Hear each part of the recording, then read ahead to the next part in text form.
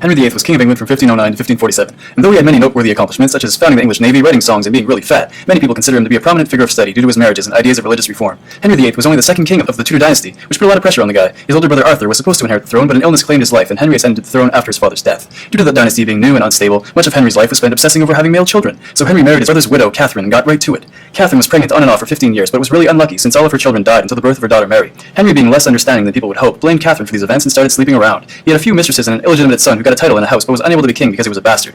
Henry met Anne Boleyn and thought she was just perfect, except that she wouldn't sleep with him, and demanded that Henry marry her, or she would keep her clothes on. So Henry tried to get a divorce from Catherine through the Catholic Church. This event can be compared to what happens when you try to return something that you realize isn't as cool as you thought it was when you bought it. The church responded with the same attitude as many stores today, saying, "It's past the return date, you don't have the right papers, and you've already used it." Henry, being a pretty selfish guy, became one of the first people to say the customer is always right, and I won't come here again. The Pope then excommunicated Henry, who started his own church and gave himself a divorce. Henry tried to legitimize his marriage by making everyone swear to the Act of Supremacy, which declared his former marriage invalid and his daughter Mary a bastard. Henry's good friend Thomas More declined, and Henry had him beheaded. This marked the first stage of Henry's life with the motto, "If you can't beat 'em, behead 'em." Henry then married Anne, who gave birth to Elizabeth, which didn't make Henry happy. After 3 years of marriage, Henry got pretty impatient and framed Anne for incest, treason, and infidelity. He executed her and her alleged lovers and married a third queen shortly after. His third wife was Jane Seymour, who was pretty and did what she was told. Henry loved her and she gave him a son. Yay. After giving birth to Edward VI, Jane died 10 days later due to complications from her labor. Henry was really upset at the loss of his perfect wife Jane and wondered where he could find another Stepford wife. His advisor Thomas Cromwell was generally regarded as a pretty sneaky guy who probably ate his lunches alone in the bathroom. Cromwell suggested Henry marry a German princess named Anne of Cleves, who would help further Cromwell's religious reform.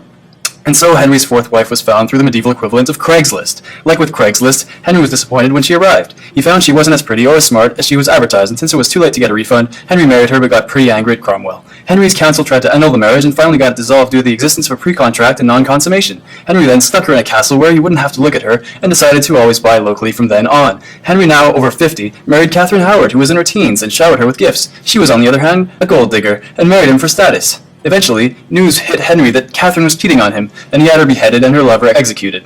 By this point, Henry probably sat in bed alone at night thinking, gee, maybe it's me, but probably not. His last marriage was to Catherine Parr. She was widowed several times and fairly well off. At the same time, she was dating the brother of Henry's third wife, so Henry had him shipped off to be an ambassador and proposed to Catherine, who accepted. Henry died shortly after, and Catherine escaped suspicion of treason due to religious controversy.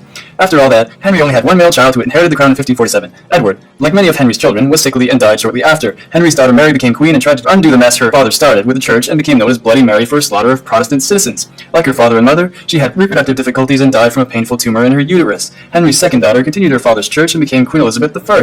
After all that, Henry's greatest successor was a daughter of an executed queen and not the son he had longed for. Well, you can't win them all. Lost and with good company, I love and shall until I die. For my pastimes, I'll sing and dance, my heart is set, all goodly sport, to my comfort, who shall me lend?